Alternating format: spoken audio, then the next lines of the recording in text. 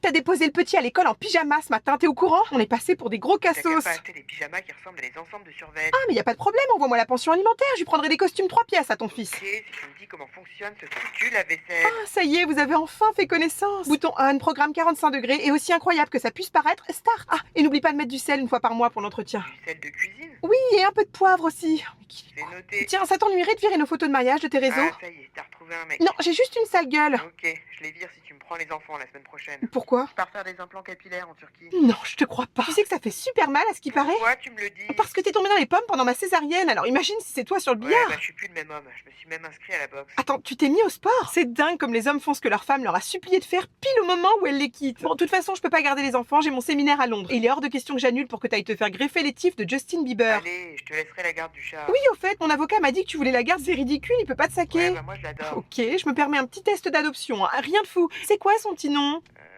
Moki. Non, sushi. Dommage, c'était Wasabi. Bon, mais si tu le veux, prends-le, hein. Il faut le nourrir matin et soir. Il fout sa gamelle d'eau en l'air toutes les 5 minutes et il se fera un plaisir d'écœurer tes futurs dates en démoulant son meilleur cake sous leurs yeux. Ah, et son rappel de vaccin est à Non, faire. non, c'est bon, tu peux le garder. C'est bien ce qui me semblait. Pour ceux qui connaissent pas Action, c'est des magasins où on trouve de tout, mais surtout de n'importe quoi. D'ailleurs, leur slogan, ça pourrait être « Tu n'en as pas besoin ? Achète-le quand même !» Et n'importe quelle personne sensée qui rentre dans ce magasin une fois à l'intérieur devient complètement genounée, les amis. Un jour, je rentre dedans, je vois 2 daronnes se faire des prises de catch pour acheter un produit soldé qu'elles n'utiliseraient jamais. Je le sais parce qu'une des 2 daronnes, c'était ma daronne. Et c'était pour acheter un appareil à raclette. Et depuis quand, chez nous, les Arabes, on mange des raclettes?